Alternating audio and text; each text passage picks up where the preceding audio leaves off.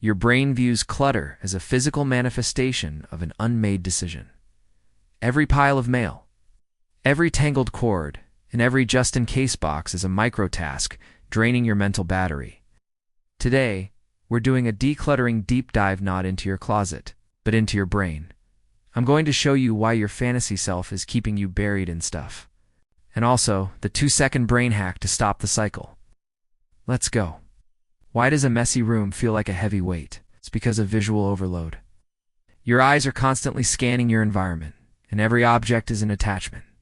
In a famous UCLA study, researchers found a direct link between high cortisol levels, that's the stress hormone, and the density of household objects.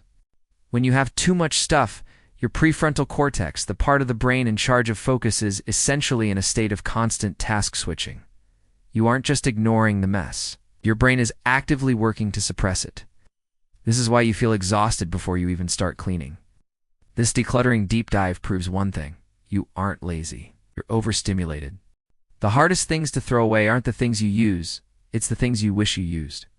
We call this the fantasy self. This is the version of you that speaks French, runs marathons, and hosts 10-person dinner parties. When you look at those French textbooks you haven't opened in 3 years, you don't see trash, you see a failed goal. Discarding the item feels like murdering a version of yourself. Here's the psychology. By holding on to the fantasy self, you are suffocating the actual self. To declutter your home, you have to grieve the person you're never going to be to make room for the person you actually are. Ever felt a literal pang in your chest when getting rid of a gift? That's not a metaphor. Neuroimaging shows that when we lose a possession, the insular cortex and the anterior cingulate cortex light up. Those are the exact same regions that process physical pain and social rejection. This is fueled by the endowment effect.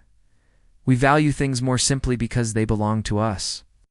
To beat this, you have to break the neural association. Stop touching the object. Have a friend hold it up. When you aren't physically connected to the item, your brain's pain response drops by nearly 40%. Try it. The biggest mistake people make? Trying to organize before they minimize. Organizing is just moving the mess around. You need a Neuro-Reset. We're using the trash bag blitz. Take a black trash bag, it has to be opaque, so you can't see what's inside, and set a timer for 5 minutes. Your goal is 20 items.